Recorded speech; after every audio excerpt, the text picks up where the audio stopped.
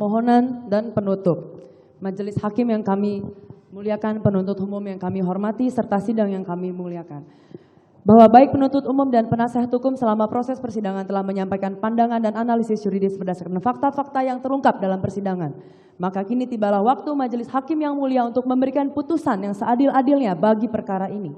Majelis hakim yang kami hormati, sebagaimana tertulis dalam Al-Quran surat An-Nisa ayat 58. Sungguh Allah menyuruhmu menyampaikan amanat kepada yang berhak menerimanya. Dan apabila kamu menetapkan hukum di antara manusia, hendaknya kamu menetapkan dengan adil. Sungguh Allah sebaik-baiknya memberikan pengajaran kepada kamu. Sungguh Allah maha pendengar, maha melihat. Berdasarkan iman dan percayaan kami percaya bahwa majelis hakim perkara akuo dalam mempertimbangkan perbuatan yang dilakukan oleh terdakwa Arif Rahman Arifin akan memberikan putusan yang seadil-adilnya. Majelis hakim yang kami muliakan, perlu kami sampaikan proses pidana yang saat ini dijalani oleh terdakwa Arif Rahman Arifin sangat berat untuk dilalui oleh pihak keluarga. Terdakwa Arif Rahman merupakan tulang punggung keluarga, sehingga putusan perkara akuo akan memberikan dampak yang signifikan bagi anak dan istri terdakwa Arif Rahman. Bahwa istri terdakwa Arif Rahman merupakan seorang ibu rumah tangga yang setiap harinya tekun mengasuh anak-anak seorang diri selama 6 bulan terakhir.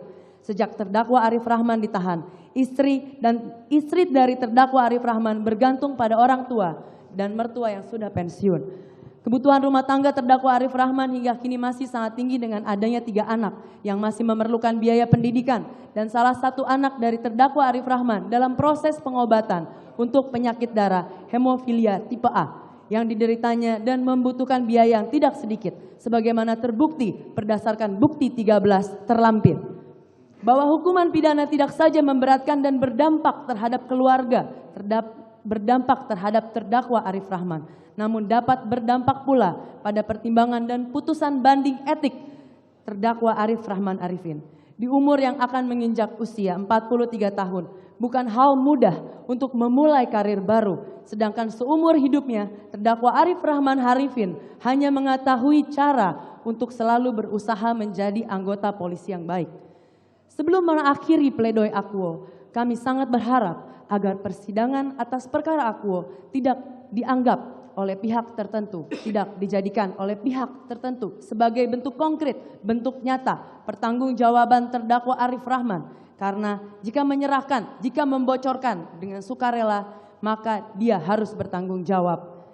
Kami tim penasehat hukum dalam persidangan ini juga mengucapkan terima kasih yang sebesar-besarnya kepada jaksa penuntut umum, kepada majelis hakim, karena telah memberikan kesempatan bukan hanya untuk membela terdakwa Arif Rahman dan mengungkapkan seluruh fakta yang terjadi dalam perkara akuo.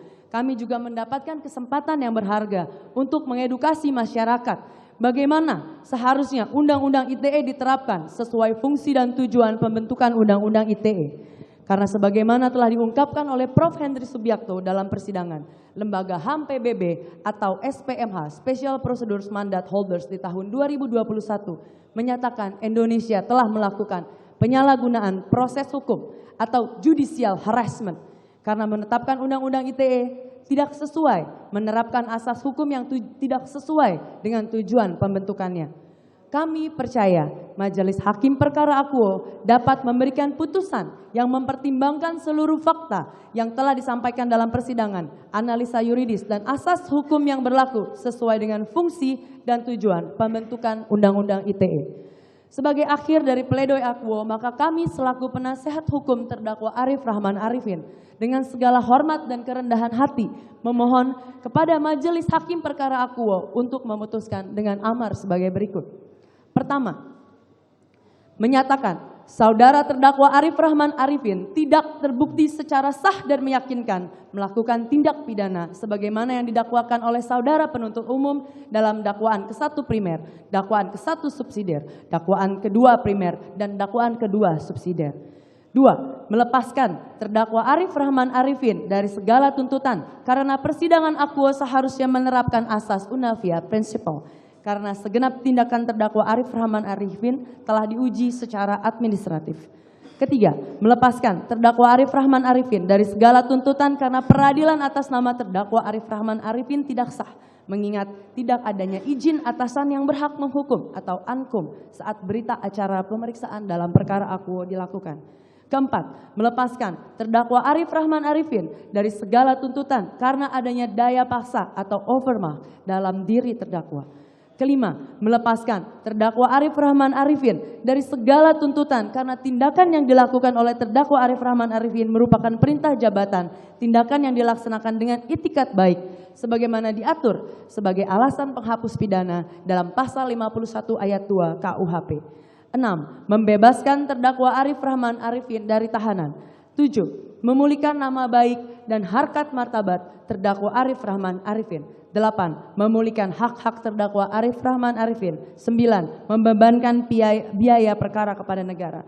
Untuk itu, bila mana majelis hakim berpendapat lain, maka kami mohon putusan yang seadil-adilnya ex aequo et bono kepada majelis hakim yang terhormat dengan mempertimbangkan hal-hal yang meringankan diri terdakwa, memutus sebagai berikut. Pertama, terdakwa belum pernah dihukum. 2. Selama proses persidangan terdakwa bersikap sopan, jujur, dan telah kooperatif dalam mengikuti jalannya proses persidangan dengan baik. 3. Terdakwa merupakan tulang punggung keluarga.